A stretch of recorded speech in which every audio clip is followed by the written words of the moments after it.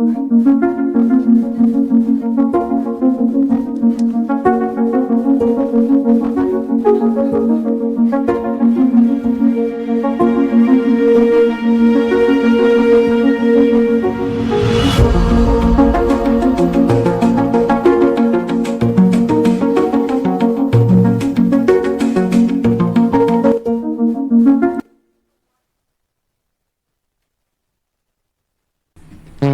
time for another reality check. And counting down. 5, 4, 3, 2, 1.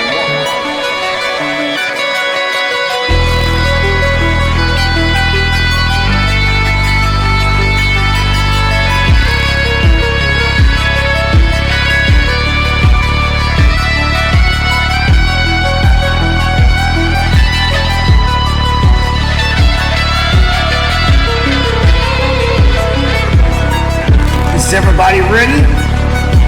Put on your tinfoil hats, press the like and subscribe buttons, tune in, and let's go!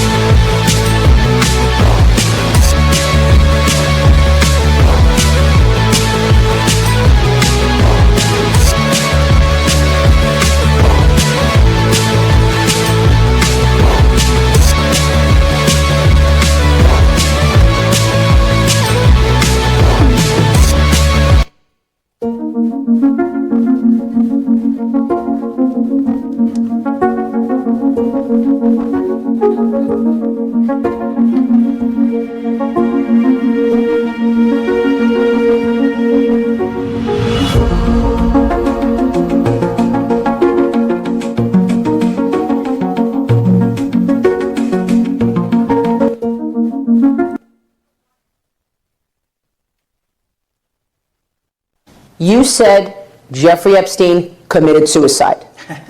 People don't believe it. Well, I mean, listen, they have a right to their opinion, but as someone who has worked as a public defender, as a prosecutor, who's been in that prison system, who's been in the Metropolitan Detention Center, who's been in segregated housing, you know a suicide when you see one, and that's what that was.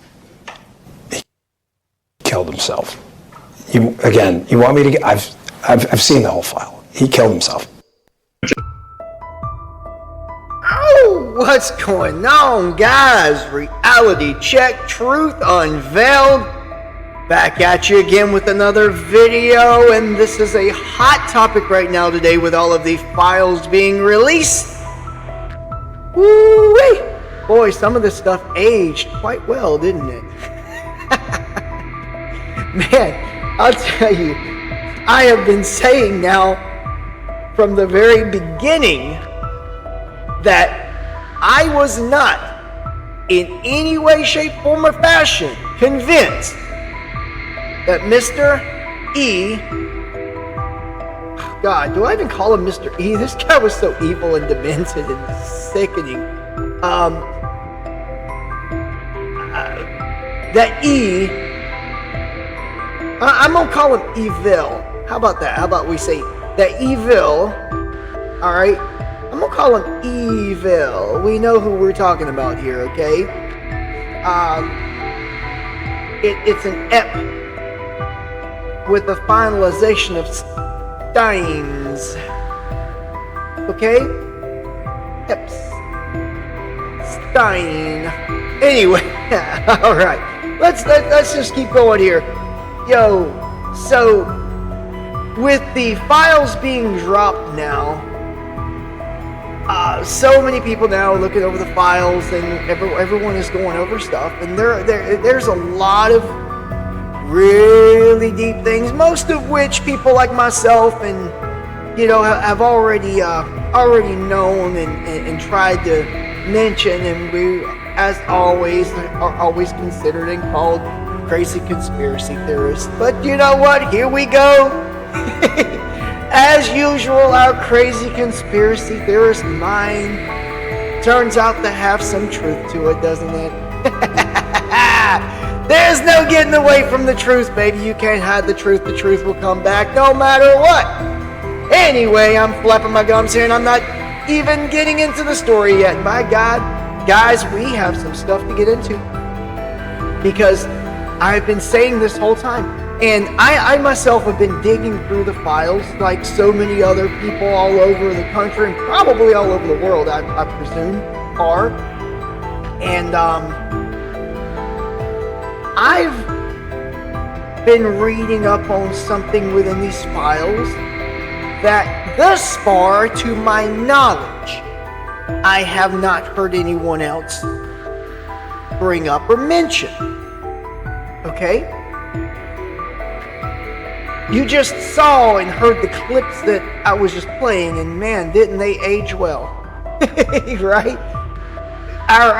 The great Dan Bongino and Kash Patel, both sitting on Fox, stating that they've seen the files, they've read over it.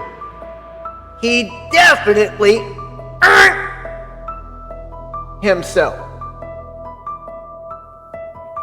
Guys, I'm going to tell you something. I'm reading the files, and I'm about to read some files right here with you on this stream right now. And they are claiming that he definitely earned himself. But from the files that I'm reading, I'm even more convinced than ever he did not. Now, the video you're seeing here on the screen is a 5-year-old video. Shout out to House Arrest here, whatever the name of their channel is. I had to search up, the right video to present here from the coroner who examined the body. Okay, and we can listen to the story of the coroner, but we're going to listen to this here in just a moment, but a little later on into this video we'll get into this. But let's go ahead and let's look over these files, because we have a lot to read here.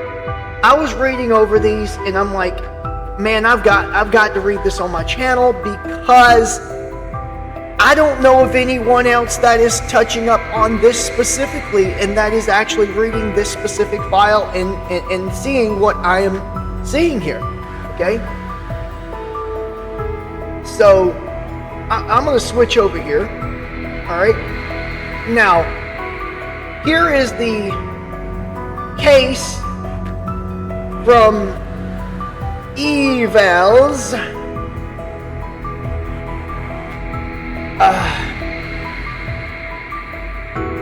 descension into the underworld, if you will. Now I'm gonna say up front that, well, you know what? Let's get on into this, okay? This is the court documents. These are the court documents. This is explaining. These documents are going over how the prison system operates, specifically the Metropolitan Correctional Center, the MCC. And so this is the case, United States of America versus Tova Noel and Michael Thomas. All right. So let's take a look here. I want you guys to read this with me and what we have going on here. So the introduction here, it says this, okay?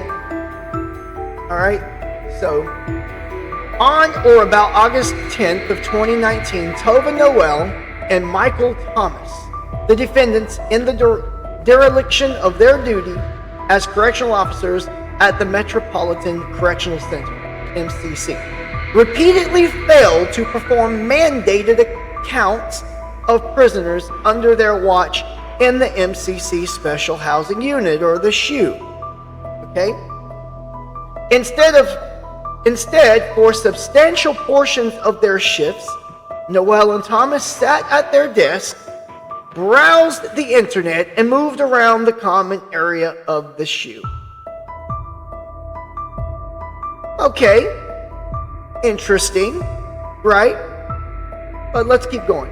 Because, people can be lazy no matter what their occupation is, right? So what's the big deal? They were derelict on their duty, okay. But let's keep reading here because there's some interesting stuff here. To conceal their failure to perform their duties, Noel and Thomas repeatedly signed false certifications attesting to having conducted multiple counts of inmates when in truth and in fact they never conducted such accounts.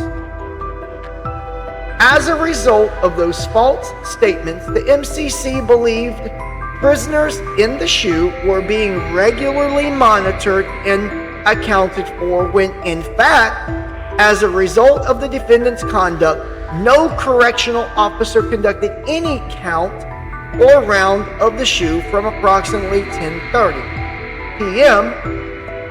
on August 9th until approximately 6:30 a.m. on August 10th, at which time, as alleged herein,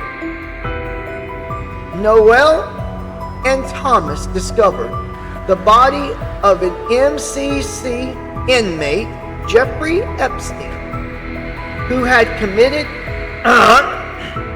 overnight while unobserved.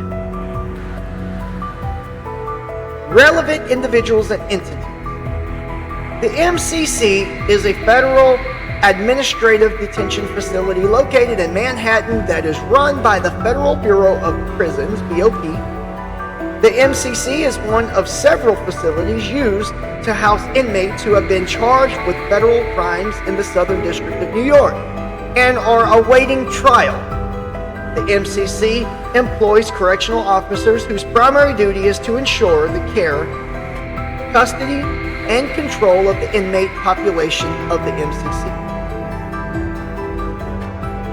Tova Noel, the defendant, has been employed as a correctional officer at the MCC since approximately 2016. As of August 2019, Noel's primary assignment was the SHU. On August 9th, 2019, Noel worked a regular shift from 4 p.m. to 12 a.m. Make note of this, okay? Let's keep track of the timelines here, guys, because this is where it gets really interesting and I believe very, very important note.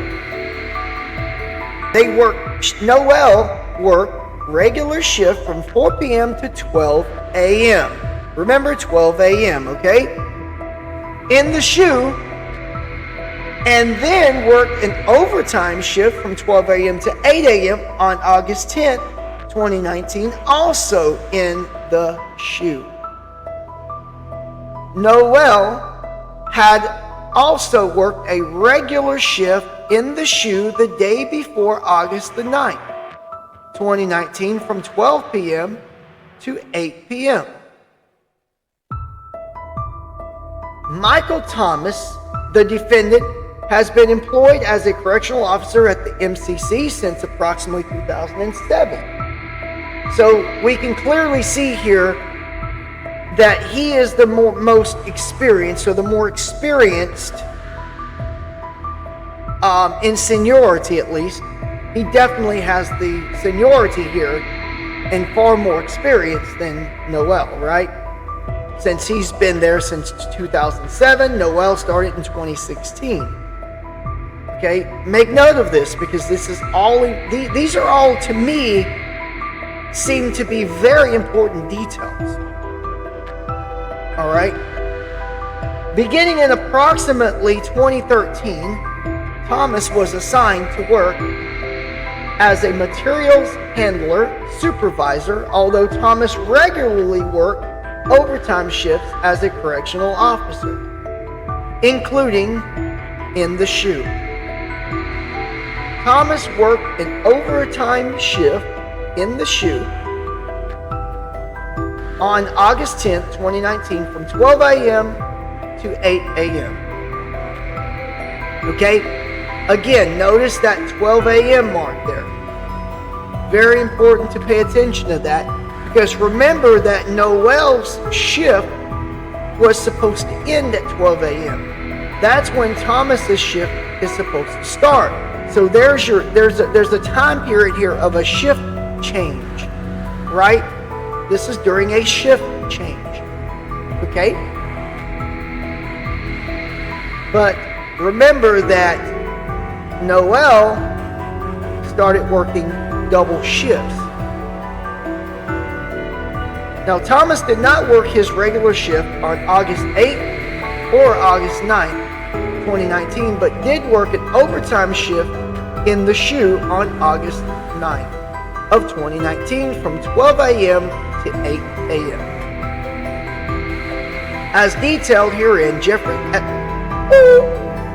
was incarcerated at the MCC between his arrest on July 6, 2019 and his on August 10th, 2019, Eval was detained pending trial in the Southern District of New York on trafficking charges. And we're not talking about a traffic ticket, guys. If you're reading the screen, you know exactly what we're referring to, and if you've kept up with this case at all, you know exactly what it's saying. Okay? Even if you're listening and not watching the screen and just letting this play in the background. The MCC and institutional counts.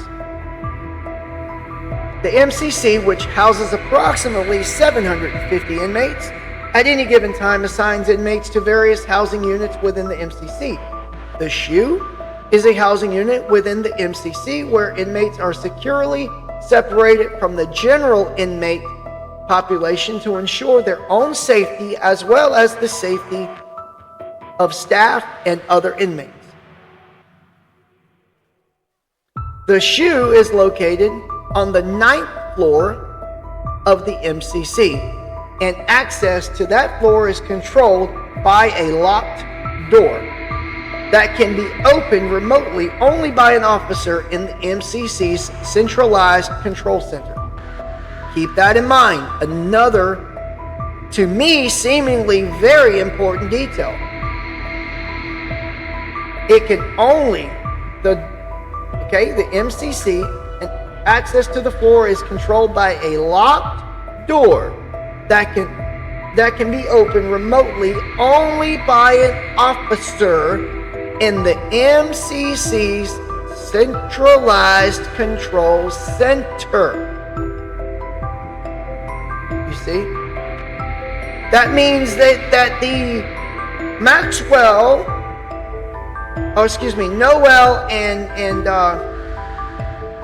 Noel and Thomas could not, they can't even enter into the floor unless the doors are opened by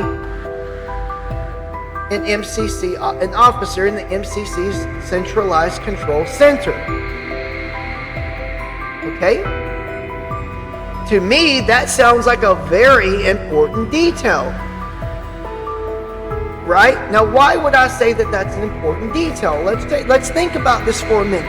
If it takes someone from the centralized control center to open the door remotely, then that means whoever is working in the centralized control center had to have known, whether or not Thomas and Noel went into the floor to check on the inmates for as they were supposed to be doing, correct? Right? So how did they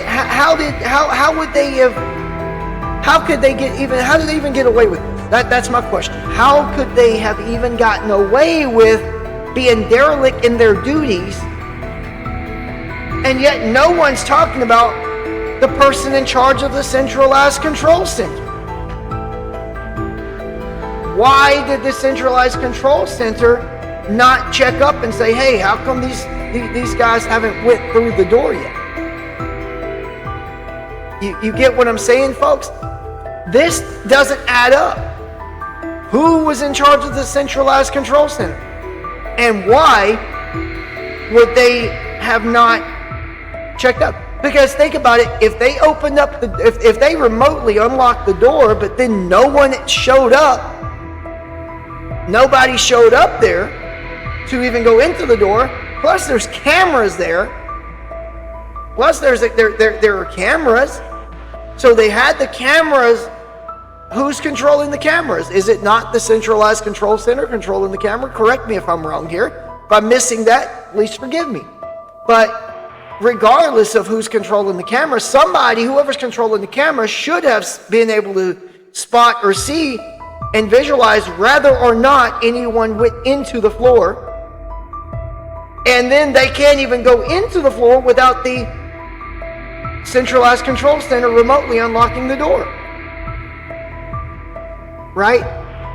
So they wouldn't even be able to go into the floor. So if the centralized control center unlocked the door, then they would have to know whether or not someone went into the room. I hope this is making sense to you guys. Okay, I don't want to keep repeating myself because I know I can become, a little bit repetitive sometimes. So I'm trying to avoid this. But is this making any sense? Right? What's the deal with the centralized control center officer? How did he not know whether or not they went through the door if he's in charge of remotely locking or unlocking the door? Just saying. Access into the shoe is also controlled by a second locked door to which only correctional officers assigned to the shoe have the key while on duty. That would be what? Thomas and Noel, right? Within the shoe, inmates are assigned to 6 separate tiers, each of which can be accessed only via a single locked door to which the correctional officers assigned to the shoe have keys while on duty. Each tier has 8 cells, each of which house either 1 or 2 prisoners. And each individual cell, which is made of cement and metal, is accessed only through the single locked door, to which only correctional officers assigned to the shoe have keys while on duty. Now, I do want to make a note here also, because I don't want somebody to look and go, man, this guy's an idiot, this guy's a dummy, right? Because, okay, so let's say, because I'm not there, I don't know the exact setup, right? I'm only reading the documents here, okay? Maybe Thomas and Noel, I'm gonna guess, I'm guessing their desk must be in the first portion of the shoe. Because right here when it says that the shoe is located on the 9th floor of the MCC, and access to that floor is controlled by the locked door that can be opened remotely only by an officer in MCC, Centralized Control Center. So maybe their desk is right there in the shoe. I'm guessing that that must be their desk, which is, but again, there's still cameras that should have picked up whether anyone went in or out, right? They should have been able to see and recognize. Anyway, you'll see what I mean as we continue on. So let's just say that maybe Thomas and Noel's desks were located behind the remote door, right? Okay. That's probably how it is set up. I don't know, but I'm figuring that must be it, because it wouldn't make any sense if they had to contact the centralized control center just to have the control center unlock the first door for them.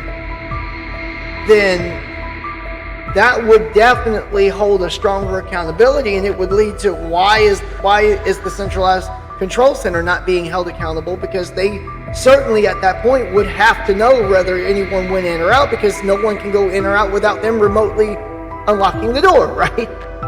So maybe Noel and Thomas's desks are already inside the room behind the remotely locked door. Let's just give that a benefit of a doubt. And let's keep reading.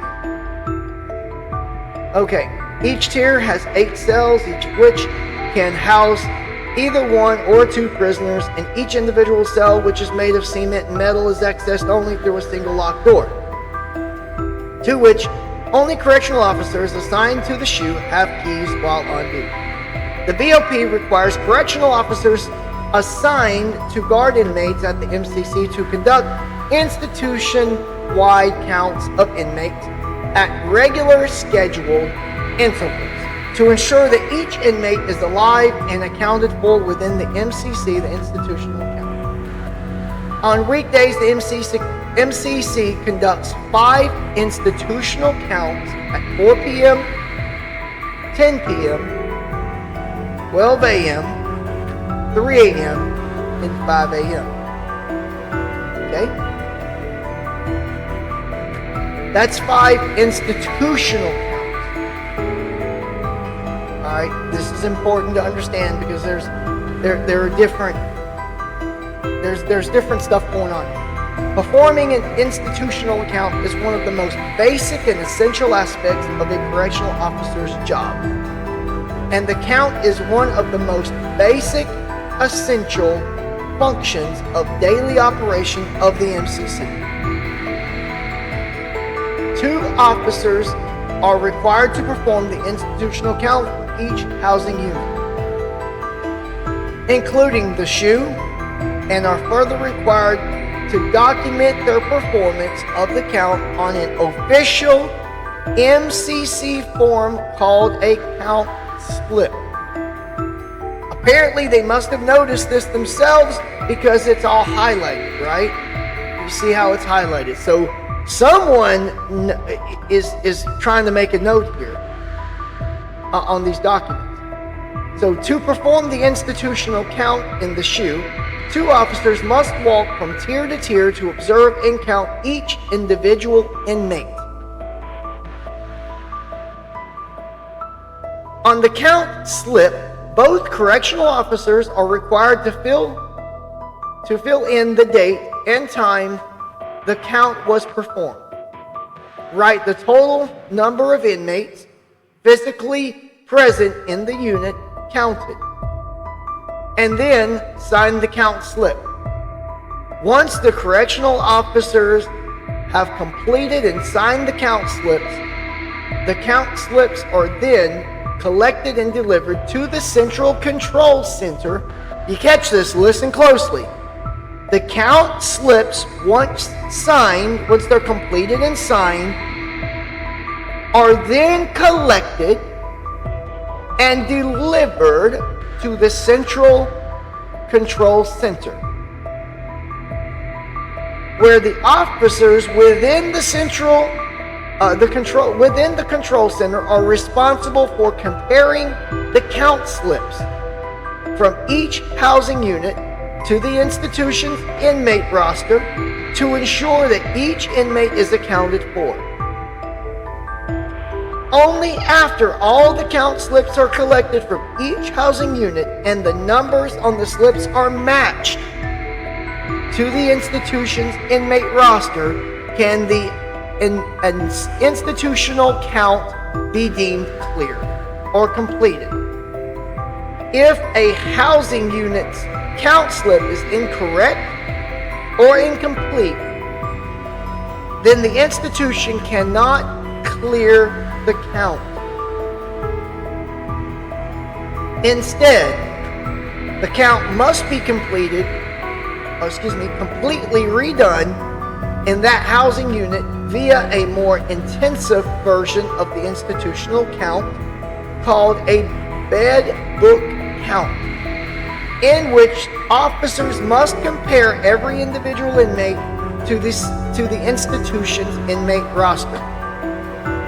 Records of each institutional count including the count slips, are provided to a supervising official and retained by the MCC. In addition to the institutional count, the BOP requires correctional officers assigned to the SHU to walk each of the tiers of the SHU, which is called a round every 30 minutes, 30-minute rounds. Like the institutional counts, correctional officers conduct 30-minute rounds to ensure that each inmate is alive and accounted for within his cell. Correctional officers working in the SHU are required to complete a form which is reviewed and signed by their supervisor, documenting the date and time of each 30-minute round in each tier of the SHU. Now, watch this. Epstein's prior apparent attempt. Okay? On July 6th, 2019, inmate Evo was arrested and detained at the MCC on trafficking charges. On July 10th, 2019, Evil was assigned to the SHU due to, among other things, risk factors for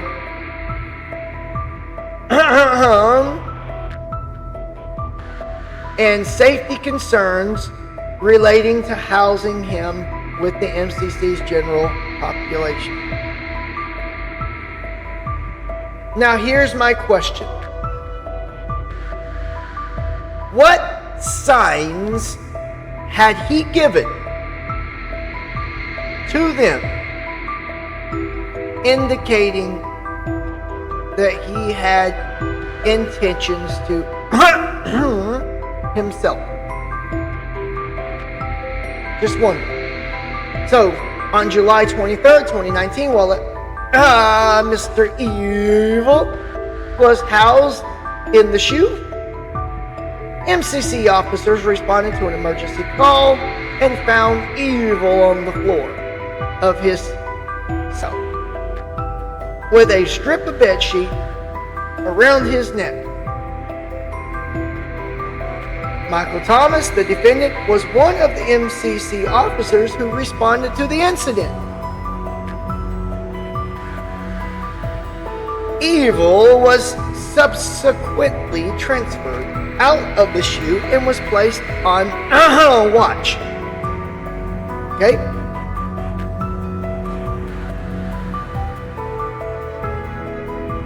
Now, question here. Did he have a roommate at that time? I'm guessing that he didn't, based on what I'm understanding, especially based on the live cases I've been hearing recently, and how the MCC actually operates based on, listening to the live Senate hearings.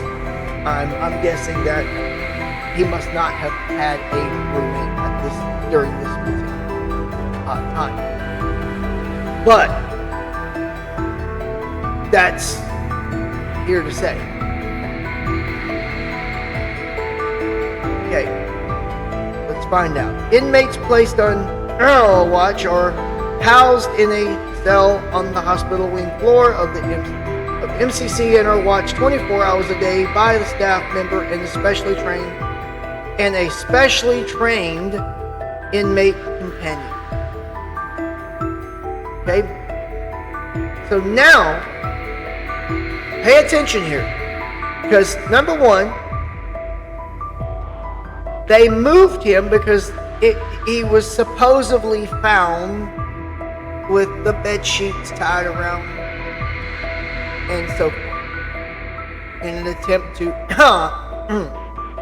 okay. Yet, so they moved him.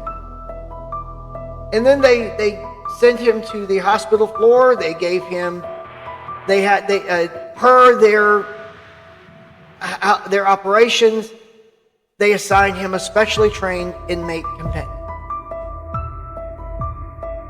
He remained on watch for approximately 24 hours and then was transferred to psychological observation until July 30th of 2019. Psychological observation is less restrictive than watch. But inmates are still housed in the hospital wing of the MCC and watched 24 hours a day. On July 30th, 2019, Evil was transferred back to the SHU. And at the direction of the MCC's psychological staff, was required to have an assigned cellmate. Evil was also assigned to the cell closest to the correctional officer's desk in the common area of the SHU, which was approximately 15 feet from the cell. Conducting the required institutional count and 30-minute rounds in the SHU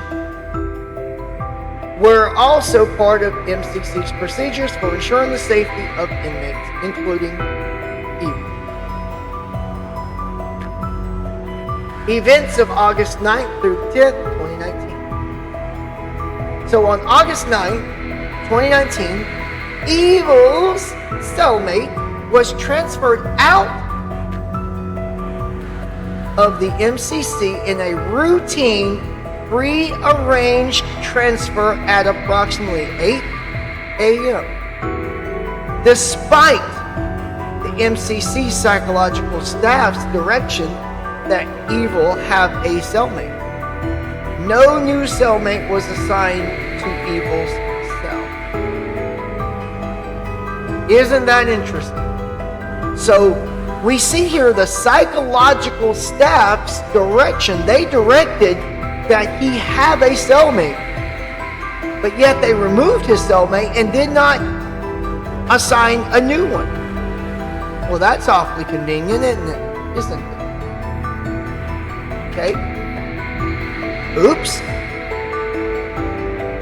Tova Noel, the defendant, was one of the assigned officers on duty in the SHU from 4 p.m.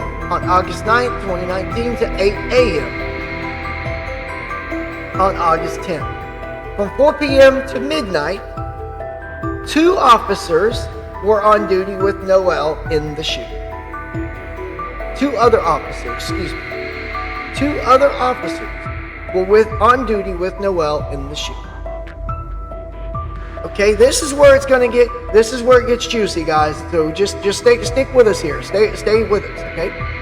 1 officer was assigned to work from 2 p.m. to 10 p.m. Okay? Officer 1. And 1 officer was assigned to work from 4 p.m. to 12 a.m. Officer 2, Michael Thomas.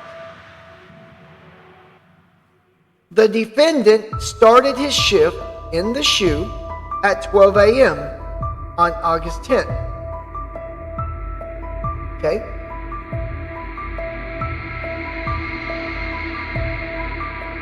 From 12 a.m. until 8 a.m. On August 10th, Noel and Thomas were the only 2 officers on duty in the SHU. So let's keep that in mind. So let's go back here and read this. Michael Thomas, the defendant, started his shift in the SHU at 12 a.m. on August 10th. But what did he just say back here? Let's read this again. Tova Noel, the defendant, was one of the assigned officers on duty in the SHU from 4 p.m. on August 9th until 2019 until 8 a.m. on August 10th. From 4 p.m. to 12 a.m., 2 other officers were on duty from 4 p.m. to 12. So we're talking about from 4 p.m. to midnight here. 2 other officers were on duty with Noel in the SHU. 1 officer was assigned to work from 2 p.m. to 10 p.m., Officer 1, and the other officer was assigned to work from 4 p.m. to 12 p.m., Officer 2. Michael Thomas, the defendant, started his shift in the shoe at 12 a.m. on August 10th, from 12 a.m. until 8 a.m.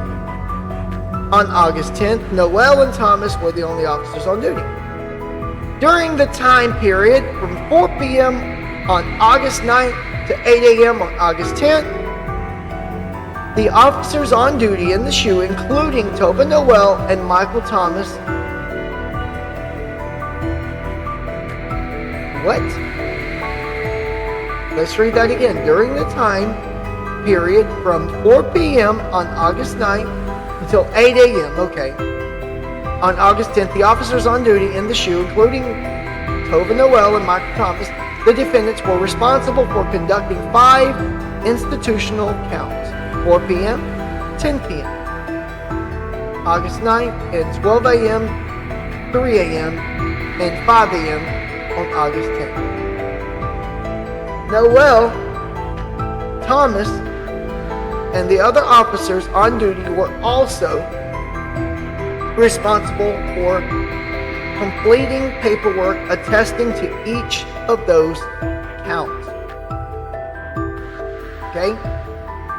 Again, pay attention to 12 a.m. There was supposed to be a count at 12 a.m. Right? Very important to look at the timestamp here. Look at the notes. There was supposed to be a count at 12 a.m. Right? So,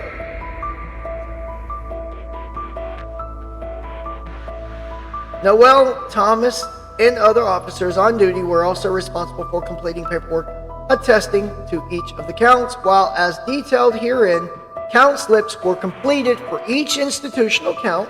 In fact, not a single one of those institutional counts was done. None. So, none of these officers performed any of their counts. Tova Noel, the defendant, and Officer 1 were responsible for conducting the 4 p.m. institutional count in the shoe. As video from the MCC's internal video surveillance system makes clear. See, there's video. Remember what I was mentioning earlier about the video. Okay? It makes clear Noel and Officer 1 did not perform the 4 p.m. count. Nonetheless, Noel and Officer 1 completed and signed a count slip that falsely stated that the 4 p.m. institutional count had been performed. In reliance on that falsified count slip, at approximately 5:03 p.m., the control center cleared the 4 p.m. count. Okay, are you seeing how messed up this whole thing is here? Are you guys seeing this? Noel and Officer 1 did not perform the 4 p.m. count. And they falsified their statement. Right? Both officers falsified their statement. Okay?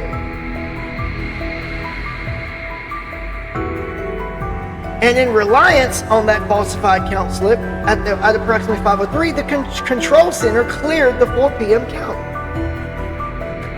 So you have Noel and Officer 1 who falsified the 4 p.m. statements, and then the control center cleared those falsified statements. Now, according to what we read earlier, all of this had to line up. If there was anything off, they would have to go back through and do an even thorough account, including every 30-minute check. Okay? So this implies that Noel and Officer 1 either had to have been working together and both agreed upon falsifying the documents, or there was something else going on. Okay? And then the command center, the central control center, cleared the 4 p.m. count. Why? Okay. They could see the cameras as video from the MCC, right here, as video from the MCC's internal video surveillance system makes clear. Right? So that means that they had access to the video surveillance system. Apparently no one was watching the system. Is there supposed to be anyone watching the surveillance system at all times? I would have imagined so, maybe not. I don't know, but it doesn't line up to me. It does not pass the smell test. Okay? So we have 3 issues here. Tova Noel, Officer 1, and whoever signed out of the command center, centralized command center, signed the falsified statement. Let's keep going. That evening, Evil returned to the shoe from his attorney visit. So he had a visit from his attorney that very evening. Okay? So let's keep note of that. There was an attorney visit that evening. Interesting, right? The same evening. And was escorted into his cell by who? Tova Noel. Isn't that something? Boy, Tova Noel really seems to be pretty involved in something here, right? Thus the reason why she's the defendant. But just follow along. And another officer at approximately 7:49 p.m. So Tova Noel and another officer at approximately 7:49 p.m. Noel and the other officer left the tier in which Evil was housed immediately thereafter. By or before 10 p.m., all inmates in the MCC were locked in their cells for the night. At or around that time, Tova Noel, the defendant, and Officer 2 were responsible for conducting the 10 p.m. institutional count in the shoe. Now, who was Officer 2? Because up to this point, we've only been seeing Officer 1. You see? Noel and Officer 1 did not perform their 4 o'clock statement, right? So who was Officer 2 here? It's not telling us. By or before 10 p.m., all inmates were locked in their cells for the night. At or around that time, Tova Noel and defendant and Officer 2 were responsible for conducting the 10 p.m. institutional count. Again, we have Tova Noel in the shoe. However, the video from the MCC's internal video surveillance system shows that Noel and Officer 2 did not perform the 10 p.m. count. Well, dadgum. So now we have Noel and Officer 1 who did not perform the count. And now, earlier we had Noel and Officer 1 who did not perform the count, and now there's Noel and Officer 2 who did not perform the count. What is going on here, guys?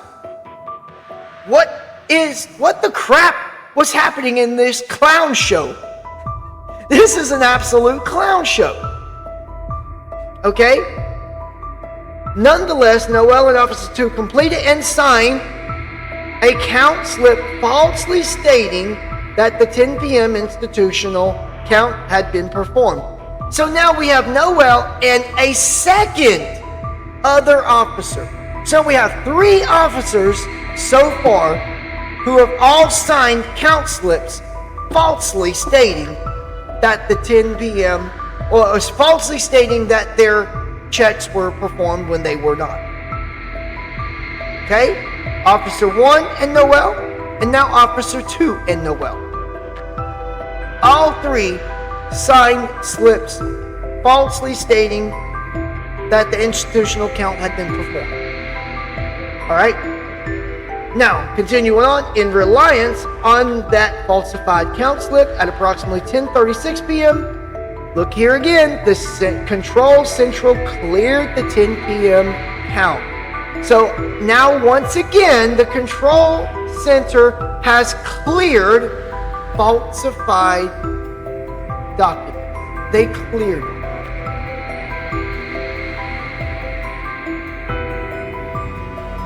What a clown show. As reflected on video obtained from the MCC's internal video surveillance system at approximately 10:30 p.m. on August 9, 2019, after Tova Noel, the defendant, had signed and submitted the 10 p.m. count slip and the institutional count had been completed, Noel briefly walked up to and then walked back from the door to the tier in which evil was housed. As confirmed by the video obtained from the MCC's internal video surveillance system, this was the last time anyone, including correctional officer, walked up to, let alone entered the only entrance to the tier, in which evil was housed until approximately 6:30 a.m. on August the 10th. Now watch this. Officer 1's shift ended at approximately 10 p.m. And at approximately 12 a.m., Michael Thomas, the defendant, replaced Officer 2. So Officer 1 worked from 4 p.m. to 10 p.m. Officer 2 worked from 8 p.m. till, I'm getting my timelines messed up because there's a lot to remember here. Please forgive me, guys. But nevertheless, Officer 1 shift ended at 10 p.m. And then Michael Thomas, defendant, replaced Officer 2. Okay, at approximately 12. So Officer 2 worked until midnight. Here's that midnight timeline again I was talking about earlier, right? So now we're in the middle of the shift. Okay, so there's a shift here it's a shift change. They're having a shift change, right? Very important. Very important to recognize the shift change. Okay? In fact, let's just take a pause here for just a minute. Okay? Let's go back here for a moment. Let's go back here for just a moment. All right? Remember, the shift change was at 12 noon. Remember the video we played earlier here. Okay? Watch this. Let's look at it again. Check this out.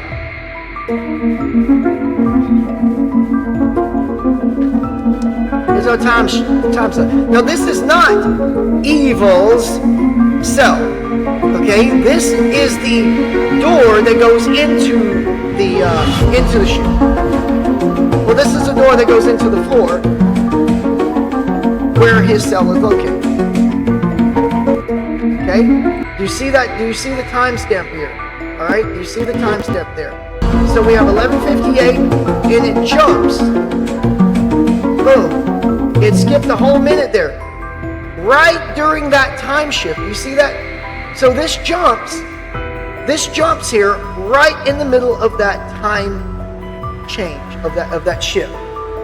You see that? So they knew that there was a time shift here. There was going to be a schedule shift at 12 a.m. They knew that. There was no check done. Remember? Interesting, right? Okay. Now, and at approximately 12 a.m. It's convenient that the camera footage suddenly disappears. And if you guys have kept up with the story, then you know that first they claimed that there was no footage, and then when they did release the footage, that there's a whole minute missing out from the timestamp. A whole minute. In fact, I had saw, was it sometime last year, maybe, or whenever, where it was revealed that there was actually a total of 3 minutes missing. But that's not even really relevant. I mean, what's relevant to what I'm pointing out here is the 1 minute that was missing right there between 11:58, right there just before 11:59 p.m. and 12 a.m. The whole minute, the entire minute that is missing. Okay. So Michael Thomas, the defendant, replaced Officer 2, joining Tova Noel. Now it's interesting how Tova Noel is the center focus here, because what the crap was Tova Noel doing? What was she doing? During this whole situation, what was Tova Noel doing? Because first, her and Officer 2 were working together, and they both signed together falsified documents claiming to have done their check when they did not. And then it was signed off by the centralized control center. Now Officer 1 comes into the picture, Michael Thomas, Michael Thomas comes into the picture, and he's supposed to be doing a check with the same Tova Noel, and they failed to do their check as well. Now, I have a lot of questions on this, because one thing I'm questioning is, number one, okay, in my mind, I picture in my head, maybe Tova Noel is liked and trusted by the other officers. The officer she's working with, let's say that maybe she speaks to her fellow officer and says, hey, check this out. You can just chill. I'll go do the check. I think it'll be fine. If I need you, I'll call for you, right? I'm just speculating here. This is not. This is in no way, shape, form, or fashion counted as true. It's only speculation. I'm speculating here that she says, oh, I'll go do the check. And they said, okay. She comes back and said, oh, everything's good. She gives their numbers. They match their numbers up. It's taken to the centralized control center. Centralized control center thus signs off on it. And it's all completely falsified. Okay? This is my speculation. I'm and I could be completely and 100% off on this, but that's the way it seems to me. Because what are the odds or the chances that 3 different officers would all sign, or 3 different officers actually? There's a total. What is this? A total of 4 officers here? Because you have Officer 1, Officer 2, you have Michael Thomas, and you have Tova Noel. So you have 4 different officers. 3 of those officers all worked alongside that same person, Tova Noel, and they all signed falsified documents. What are the odds? I mean, what are the chances of this? Either they were all co-conspirating joint together, or Tova Noel was somehow manipulating her fellow officers and pulling some crap off, right? And BSing them. There's something more to this story than what's taking place. This I cannot believe this is a coincidence. There's got to be something to this. This is clearly something to this. And yet, we hear this garbage from Dan Bongino and Kash Patel. This nonsense from Dan Bongino and Kash Patel. Let's play this again. Dan Bongino and Kash Patel. See one, and that's what that was. He killed himself. You want me to get? I've seen the whole file. He killed himself. I've seen the whole file. He himself. You want me? He definitely himself. I've seen the whole file. Dan, Kash. I used to love you guys, man. I used to love you guys. But did you not read? You said you've seen the whole file. How the heck do you miss this, dude? I'm no type of investigator, and I can look at this and go, this doesn't add up. I'm reading the file. Come on, I'm reading the file. This does not add up, guys.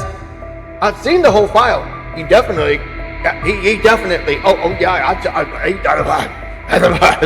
whatever. Dude, get out of here with that, man. Gaslighting, man, get out of here. Sorry, Dan, you've lost all credibility, my guy. I know you're back on the scene now. I know you're out here trying to build your podcast back up. But dude, you got a lot of makeup to do if you're ever going to gain the trust of we the people again. Because you totally BS'd us. And we're not stupid, bro. You completely insulted the intelligence of people who actually looked up and followed you and liked you, man. Just saying. That's all I'm saying. The odd or the chances of 3 officers who are working with the one same officer of Tova Noel, all of which wound up signing falsified documents, all of which were signed off by the centralized control center, which should have been watching the cameras, mind you.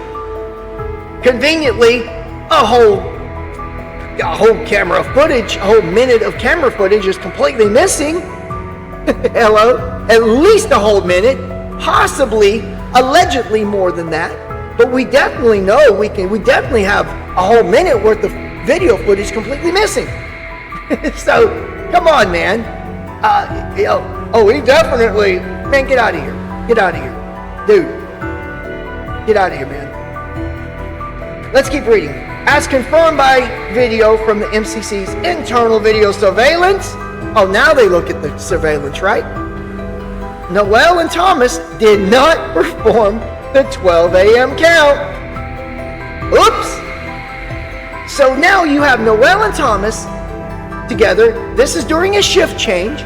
They did not perform their 12 a.m. count, and it just happened to be at that 12 a.m. that the camera goes down and quits working, and there's a whole minute of video footage completely missing. You're gonna tell me this is coincidence, man? And you're gonna say, "Oh, I saw the footage. I saw it. He definitely." Man, get out of here, man. Get out of here. No, Dan. No, Kash. No. You can't. You're not gonna do that to us. No, bro. You're not. No. Nonetheless, Noel and Thomas completed and signed a count slip for the 12 a.m. count that falsely stated that the institutional count had been performed. In reliance on that falsified count slip, at approximately 12:49 a.m., the control center cleared the 12 a.m. count. So once again, the centralized control center clears another count that was falsified. How does this happen? How does this happen? If this is not set up, if this was not completely and intentionally arranged for whatever reason, somehow, some way, how does the coincidences are too much, man. I'm sorry, I don't buy it. I don't buy. After reading this, I am more convinced than ever that he did not himself. Okay? I'm sorry, I'm more convinced than ever. They say, we've read the documents. We've read the documents. He definitely. I'm reading the documents right now. I'm saying he definitely did not. I don't have to be a special investigator to read this document and go, this doesn't add up. I can do the math. I can use some common sense. It doesn't add up. I'm sorry, it doesn't. It don't add up, guys. That's all I'm saying. Tova Noel and Michael Thomas, the defendants, were additionally responsible for conducting the 3 a.m. and 5 a.m. institutional counts in the shoe. As confirmed by video from MCC's internal video surveillance system, Noel and Thomas did not perform either the 3 a.m. or the 5 a.m. counts. Noel and Thomas nonetheless completed and signed the count slips for both counts that falsely stated that they had performed the 3 a.m. and 5 a.m. institutional counts. In reliance on those falsified count slips, at approximately 3:24 a.m. and 5:30 a.m., the control center cleared the 3 a.m. and 5 a.m. counts, respectively. So again, the controls, they falsified these counts, and the control center cleared the falsified count. Now, I want to be fair here, okay? To me, and again, I'm not there. I don't work in these systems, right? But to me, I would have thought that someone would have been responsible for monitoring the cameras at all times. And if that were the case, then they would have to have seen. They would have had to have saw that no one done their counts. I mean, are there no cameras?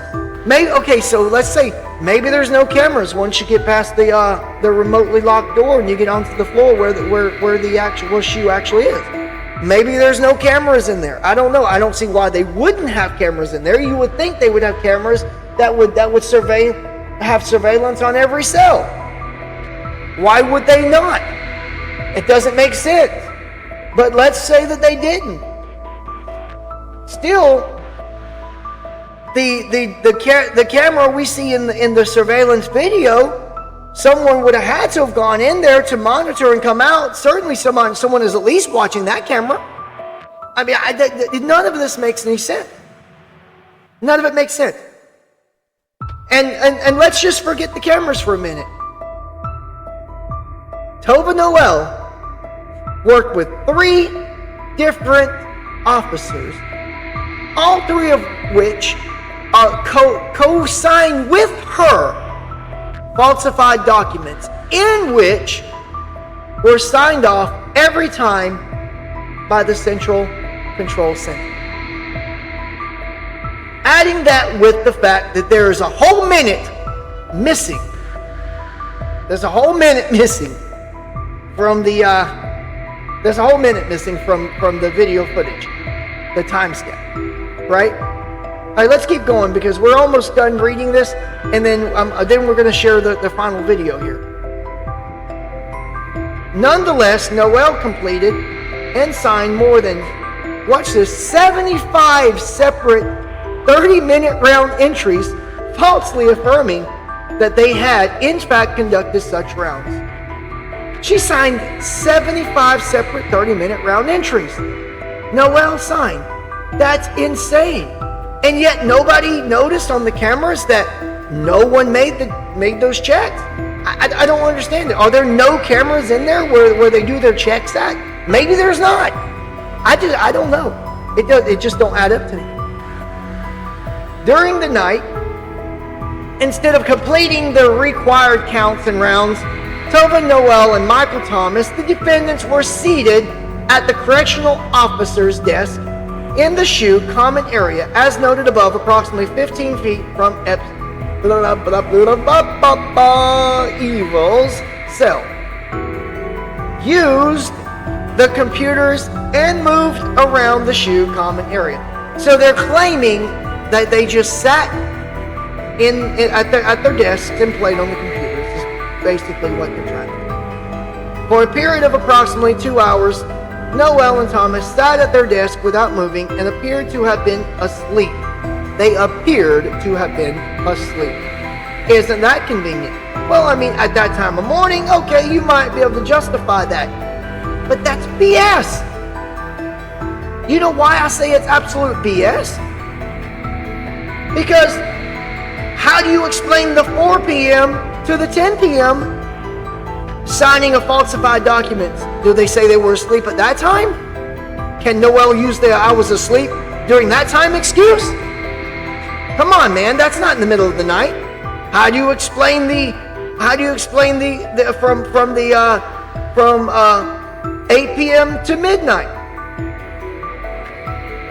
I mean, how do you explain all of the other times that the documents were falsely signed? You see, it doesn't line up. You might say you slept through one section, but not at all, not all of it. Absolute nonsense. BS, man.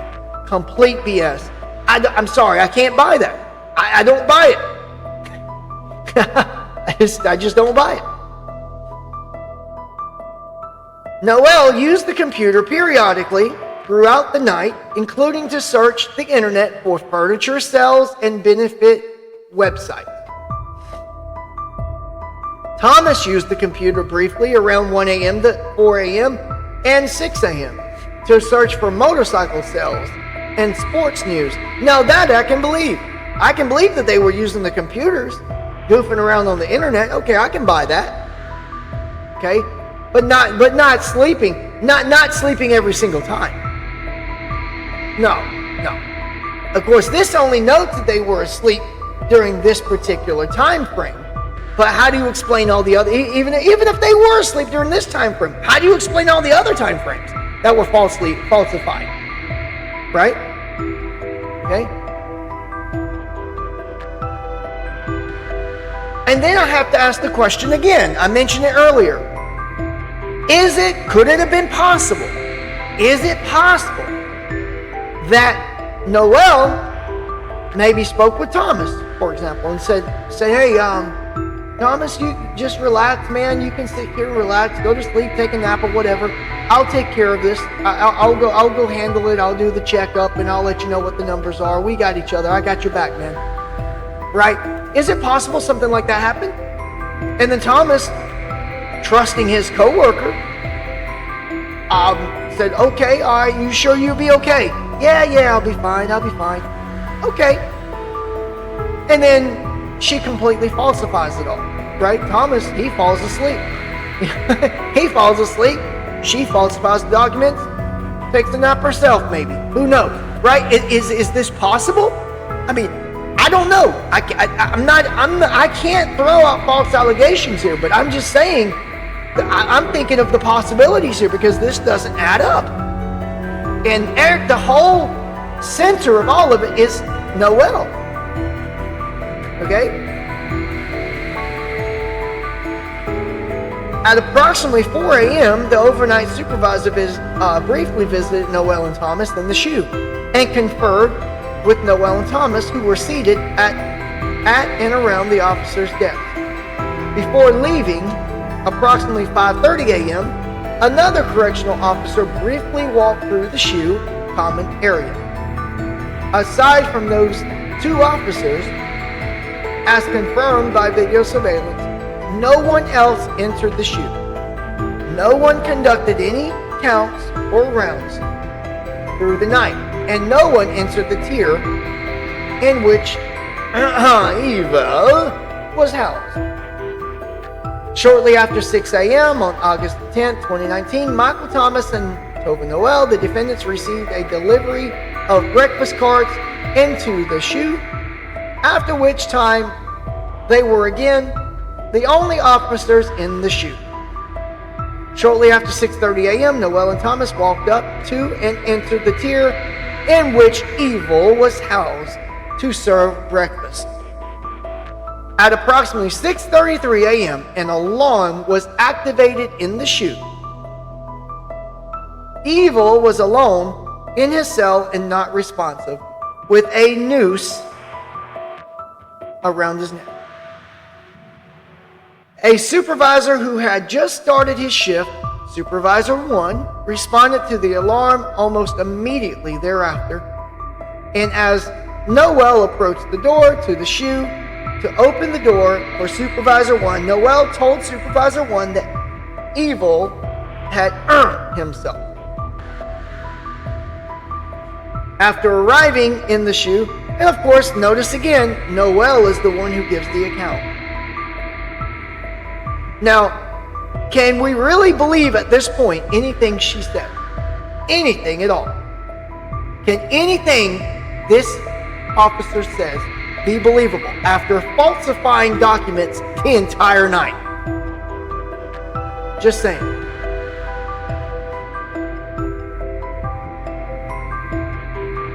Noel told Supervisor Warren, "We did not complete the 3 a.m. nor 5 a.m. rounds."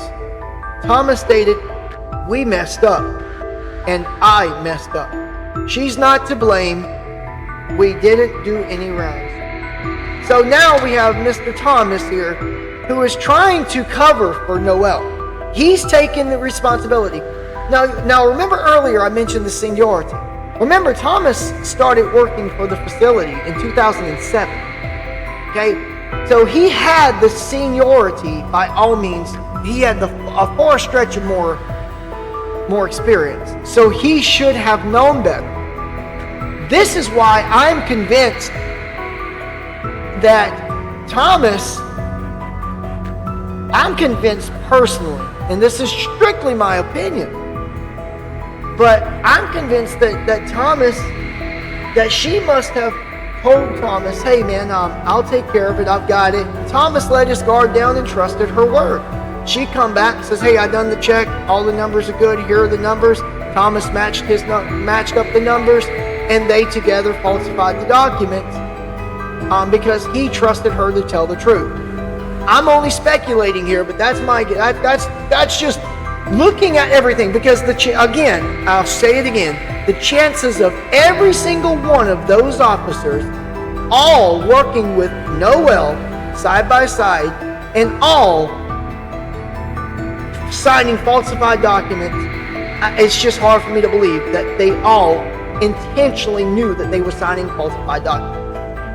I've got to think, in my opinion, I have to speculate that she was the center of it all, and she's the one falsifying it, and they just trusted their fellow officer.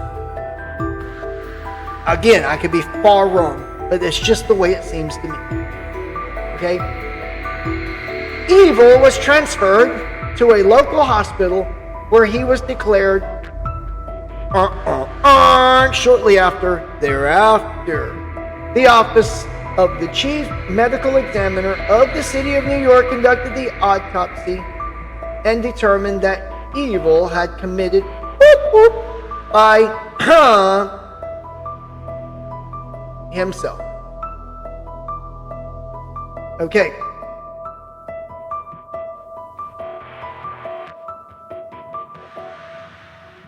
I don't see any reason. We could keep reading, but guys, you can go back and read all of this for yourself. It's now a public document. That's how I got it, because it's a public document. It is PDF EFTA 00009747.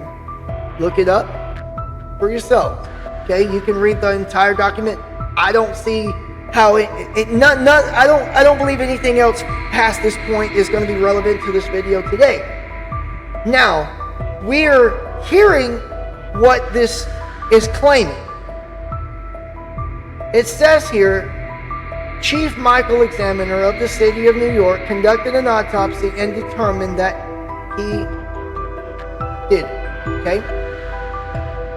That's what the document is claiming here. However, let's listen to it. Which I can talk about. I was present at the second autopsy. I was present at the only autopsy. Okay. Was that an accident, or was that a slip of the tongue? He says, I was present at the second autopsy.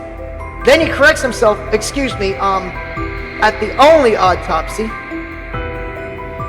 Oops. How many autopsies were there? Were there one, or were there two? Right? See? We're reading right here that Chief Michael, examiner of the city of New York, conducted the autopsy and determined that Evil had definitely committed by himself. Right? Okay?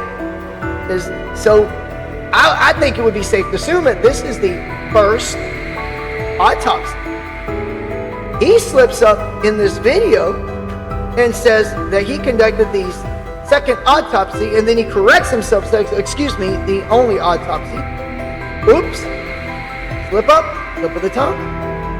The first autopsy did see the injuries, and what appeared to me was, as I've stated before, that the injuries to the neck, with fractures of the hyoid bone, the thyroid cartilage, 3 different fractures, and the petechial hemorrhages in the eyes that we saw in the diagram were such that they were crushing injuries rather than hanging injuries. They were crushing injuries rather than hanging injuries. Boom, boom, boom. Oops. Oh my goodness. Just saying.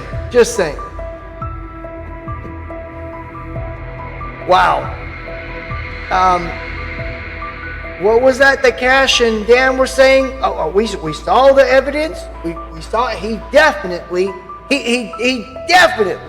Oh, he most. I don't care. He definitely. What's interesting with hanging is that the noose will slip up under the jawbone, under the mandible, so that there's often a ligature mark that goes in a U-shaped fashion up the sides of the neck,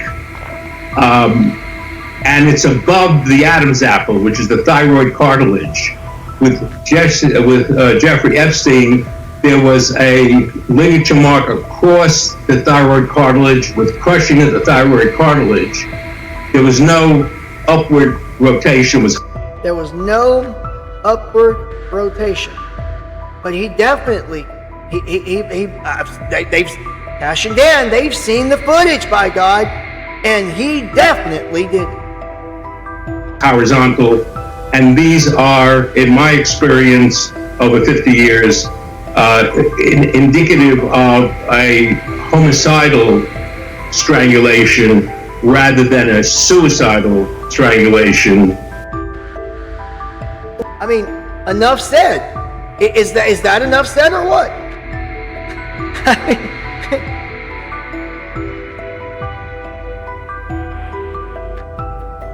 Let's see here. How did it go? Let's check it out again. What did they say? You said Jeffrey Epstein committed suicide. Let's look People again. don't believe it. Listen to him Well, again. I mean, listen, they have a right to his eyes. their opinion, but as someone who has worked as a public defender, as a prosecutor, who's been in that prison system, who's been in the Metropolitan Detention Center, who's been in segregated housing, you know a suicide when you see one, and that's what that was. He killed himself. You want me to get? I've seen the whole file. He killed himself. Come on. Yeah, I've seen the whole file. Kash, did you see this? Did you read this, Kash? Did you read this, Dan? Dan, did you read the file? You said you've seen the whole file, man. I'm sitting here reading the file now. And I'm saying there's no way, and there's no way. It didn't know. Either he was off, and someone knew about it, and the camera footage was removed, or there was a little shuck and jive action going on, and Evo has not taken his trip below yet, and is still out there somewhere, wherever that may be. Either way, we have been gaslighted, guys. I mean, look this up, read it for yourself, check out the document. It's all public knowledge now. They finally released them. Read it for yourself. We've all been gaslighted. This is nonsense, man. To say that they've read the documents, they've seen it, and he definitely, guys, that's BS. If either they are grossly incompetent, and I don't think they are, because both of them guys are extremely intelligent, and they're both very, very good at their jobs. So I don't believe that they are grossly incompetent. But what I don't understand is why they're lying through their teeth. Anyway, that's all I've got for you today. Thank you for tuning in. Thank you for listening. I hope this opens up a whole nother view of what has went down, what's taken place here. Because man, we've got to get the truth out, guys. We've got to get the truth out, because if what I'm seeing here and what I'm alleging here and what many others are alleging in their own, in probably much greater ways than I am, much more elaborate than I present. But I don't know if anyone else is reading that has read these documents and put this up for everyone and commented on these. Not as of yet. Now maybe some others will come in behind me and start to put this up. I'm sharing it because I don't see anyone else sharing these. They're looking at a lot of other things within the files, but I haven't seen anyone sharing these particular documents. So I wanted to read through this, at least this first section up to part 27 here. So and that way you guys can see for yourself how big of a clown show this all is, and how none of it adds up. And everything in here says this was a setup, and he definitely did not himself. I don't buy it. Until the next time, guys, reality check, truth unveiled. Thank you for tuning in. I'll see you on the next one.